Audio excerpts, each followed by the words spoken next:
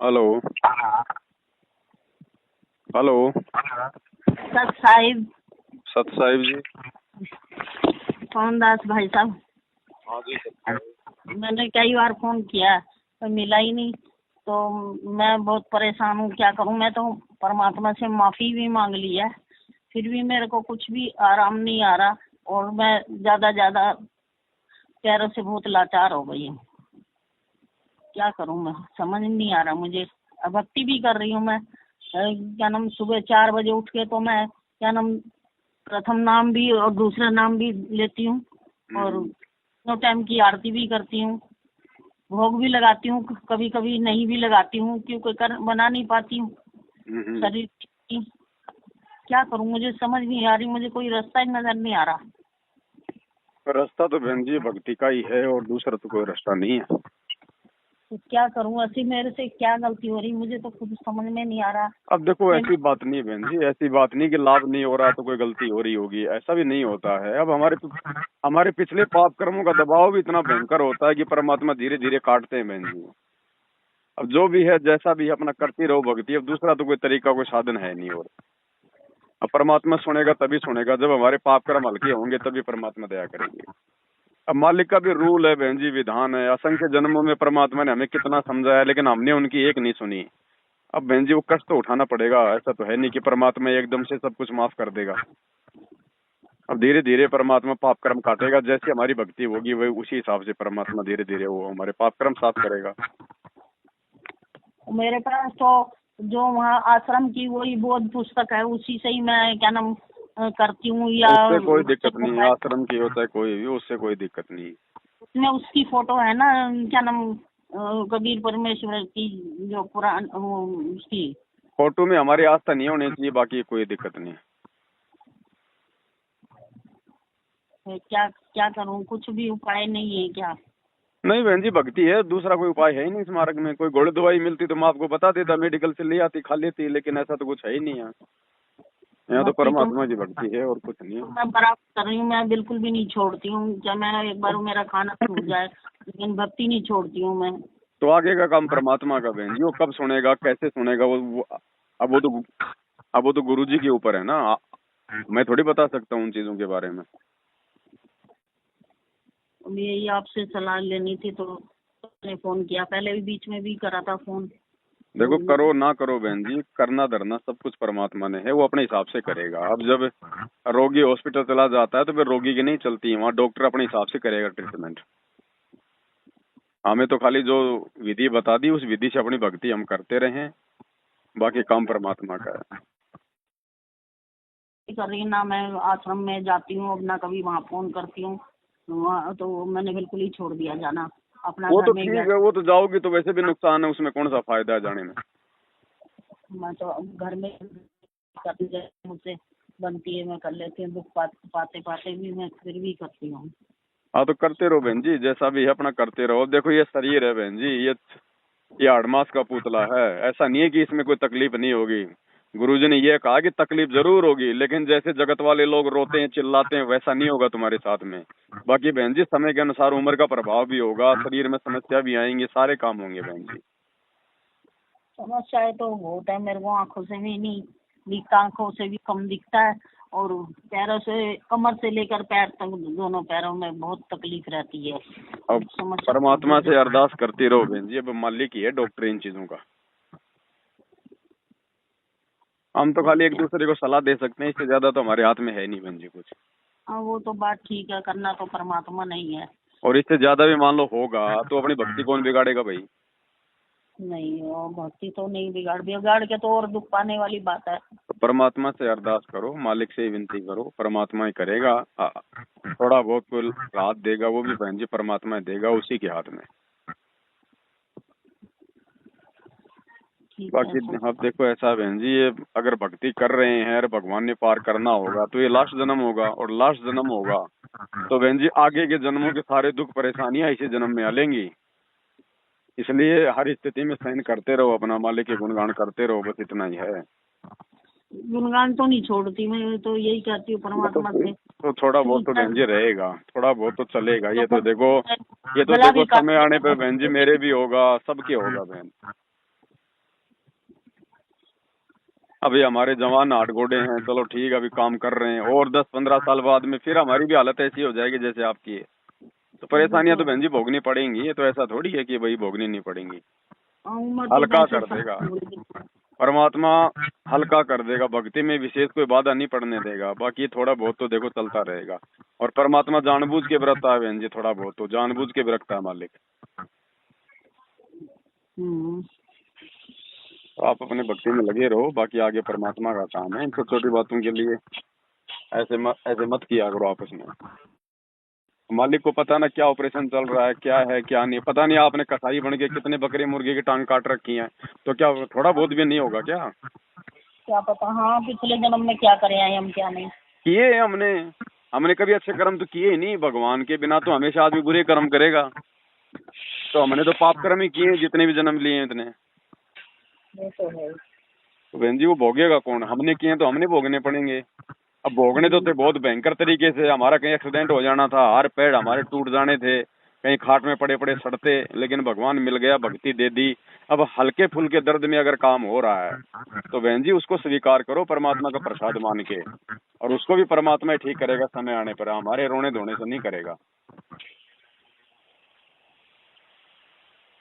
मेरे को तो 6-7 साल हो गए ये दुख चाहे पाते पाते बहन जी चाहे 25 साल क्यों ना हो पाते। जाओ, चाहे 25 साल क्यों ना हो जाओ बहन जी, जो जो कर्म है वो तो परमात्मा अपने हिसाब से काटेगा। हमारे कोई 10 साल से भक्ति करने से या 15 साल के भगत होने से नहीं कटेंगे कर्म, वो तो परमात्मा काटेगा। अब मान लो कोई 20 साल से भगत है, मर्यादा कभी निभाई नहीं, तो काहे का 20 साल से भक्ति कर रहा फिर वो तो परमात्मा को पता है ना कौन किस लायक है। ये तो बात है। तो ये सब कुछ बहन जी गुरु जी पे छोड़ो, आपको भक्ति मिल गई वो ही बहुत बड़ी चीज है। अब जैसा भी है अपना करते रहो बहन जी, बाकी ये समस्या सबके हैं। आप ये ना सोचो कि ये खाली आपके साथ में ऐसा हो रहा है, नहीं। किसी को पैसे की तकलीफ है, किसी को शरीर की तकलीफ है, किसी को बेटा बेटी की तकलीफ है, किसी को सासू ससुर से तकलीफ है। बहन जी यहाँ समस्या हर किसी को है, अपने आप में संपूर्ण कोई नहीं है यहाँ पर। तो हर प्रकार की समस्या से हर कोई ग्रसित है। अब वो समस्याएं हैं तो धीरे धीरे कटेंगी, परमात्मा धीरे धीरे काटेगा। हमारे हमारे द्वारा शिकायतें करने से या कुछ कहने से नहीं कटेगा बहन जी, उसका ट्रीटमेंट है वो अपने हिसाब से करेगा। तो लगे रहो, जैसा भी है परमात्मा जैसा भी जिस हाल में रख रहे हैं अपना लगे रहो, नीचे गर्दन करके अपनी भक्ति करते रहो, बस इसी में फायदा है। हम तो यही परमात्मा से यही प्रार्थना करते हैं कि परमात्मा हमें चाहे तू जो जितने मर्जी दुख देना, लेकिन हमें भक्ति से मत छुड़ाना, बस भक्ति से लगाए रखना, भक्ति से जोड़ रखना। तो मांगने की तो यही चीजें हैं, विनती तो यही करनी चाहिए। विनती तो भक्ति की करनी चाहिए, भक्ति दान मोय दीजियो देवन के देवा हो। मांगने की चीजें तो यही है।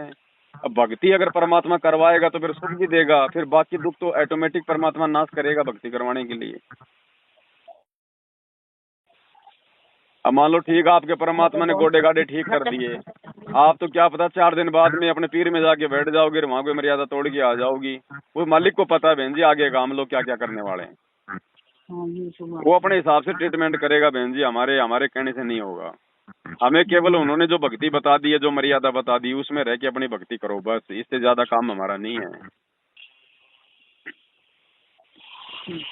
तकलीफ सबके हैं और आने वाले समय में सबको होगी तकलीफ। 8 गोडे बहन जी मेरे भी दुखेंगे, औरों के भी दुखेंगे, सबके दुखेंगे, क्योंकि ये 8 मास का शरीर है, 36 प्रकार के जोड़ लगा रखे हैं काल में।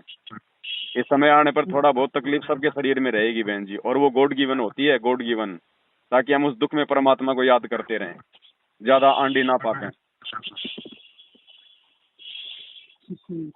ये कोई समस्या नहीं होती इस प्रकार की, हल्का फुल्का कोई हाथ पैर में दर्द हो गया, अब आंखों का दिखना बंद हो जाएगा तो होगा बहन जी, समय आने पर तो होगा ही, आंखों का दिखना बंद होगा ही होगा, क्यों क्यों नहीं होगा।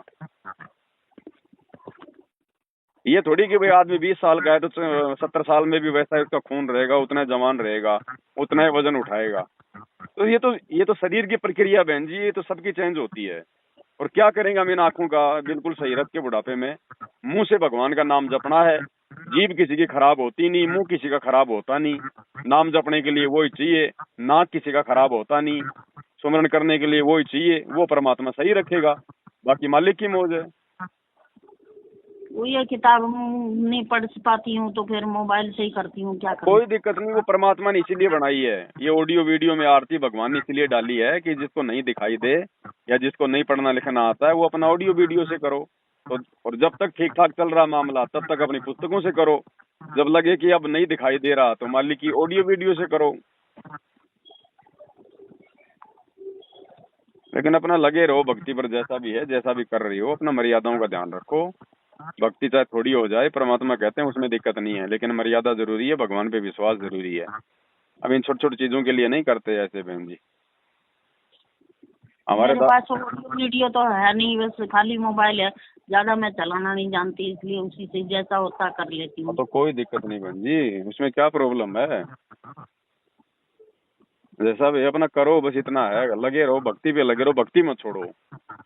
अगर दरबारी छोड़ के भाग जाओगे फिर तो लेना देना कुछ नहीं है, फिर तो दुख ही दुख है। भक्ति तो नहीं छोड़ूंगी, ये तो मैंने अपने दिल में ठान रखी है, कुछ भी हो जाए, कितनी तकलीफ आए, भक्ति नहीं छोड़ूंगी। बहन जी हमारे ठानने से ज्यादा कुछ नहीं होता ना। अब जीव हम तो हमारे हाथ में है क्या, हमारे बस की बात नहीं है ना। ये भी परमात्मा ही अगर भक्ति पे रोक के रखेगा तो भी परमात्मा ही रोक के रखेगा। जीव के बस की बात नहीं कि मैंने ठान ली।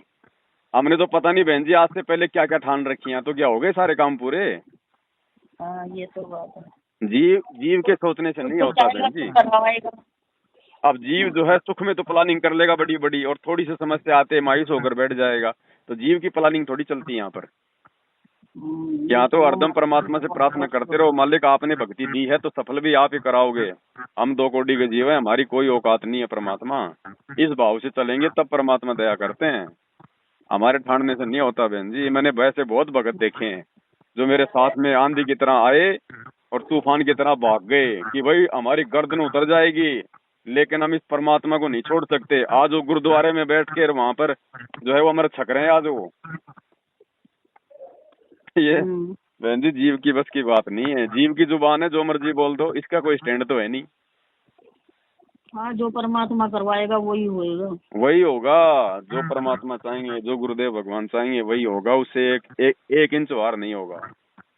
तो सब कुछ उन पे छोड़ो बहन जी, बाकी अपनी भक्ति पे ध्यान रखो बस। ठीक है ना। ठीक है। अभी इन छोटी छोटी चीजों के लिए इस प्रकार से मतलब हमने भगवान से भी विनती नहीं करनी, भगवान से भी केवल भक्ति की विनती करनी है। हमने ये दुख तकलीफ के लिए भगवान से विनती नहीं करनी। अगर ऐसा करेंगे तो फिर हमारी ज्ञान की अज्ञानता रह जाएगी, क्योंकि भगवान तो अंतर्यामी है, उनको तो सब पता हमारे साथ क्या हो रहा है क्या नहीं हो रहा। भाई वो क्यों ठीक नहीं कर रहा, जब उसको पता है उसके बावजूद वो ठीक क्यों नहीं कर रहा, फिर हम कह के कौन सा ठीक करवा लेंगे। ये तो जब उनकी इच्छा होगी तभी ठीक करेंगे। वो अपनी इच्छा अनुसार करेगा।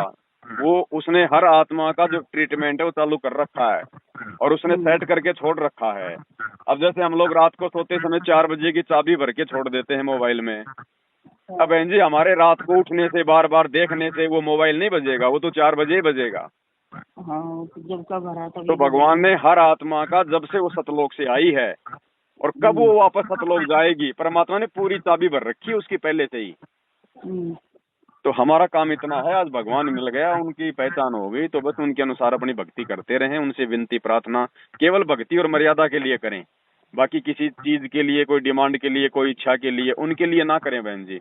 वो तो भगवान को पता है, फिर जिस चीज की आवश्यकता होगी सही भक्ति कर रहे हैं तो देगा मालिक। जब वो जगत वालों को दे रहा है, मांस खाने वालों को, शराब बीड़ी पीने वालों को दे रहा है, तो क्या अपने भक्तों को नहीं देगा समय आने पर। लेकिन देगा वही चीजें जो भगत के लिए लाभदायक होंगी, जो भगत की भक्ति में नुकसान ना करेंगी। और अंत समय में हमने यहाँ से जब चलना होगा, आपके ऊपर एक रैम होगा यो भी कि बुढ़ापा कंपलसरी और आवश्यक है इस भक्ति के लिए। क्योंकि जब तक आप युवा हो, ये जो दास बोल रहा है ना, एक एक वचन से समझना जैसे अनमोल और सत्य। अब तक जब तक आप युवा हो, आपको पल की चैन नहीं है, भक्ति कर रहे हो, ये आपका सौभाग्य है, ये विशेष कृपा मालिक की आप पे है। लेकिन आपको इतनी कसक नहीं है, और जो कि तो आप ये काम अपनी क्रिया करते हुए, भक्ति करते हुए वृद्ध भी होगे, और वृद्ध होकर के फिर आपका शरीर भी शिथिल होगा। आपके शरीर में भी कोई छोटा मोटा ठूठा बनी रहेगी, कोई कष्ट आ गया, कभी जाड़ पड़वानी, कभी आँखें दिखना बंद हो जाए, नो डर रहेगा, भगवान का जानदा हो जाऊं, ये मालिक क्या, तो दूना भगवान याद आओगा। और फिर आपको ये वचन जो आज दास बोल रहा है ये उसमें सारे ऐसे हो जाएंगे जैसे रजिस्ट्री कर रहे हैं, पाछा पक्का काम हो जाता है। आपको ऐसे दिखेंगे कति सच्ची कहे थे उस दिन, वो तब सेट होगी आपको यह बात। और जो आज वृद्ध हो चुके हैं, भक्ति कर रहे हैं, उनके लिए तो ये आज प्रमाण हो जाएगा कि सचमुच ऐसा ही है, और वो और नहीं भक्ति करा करेंगे।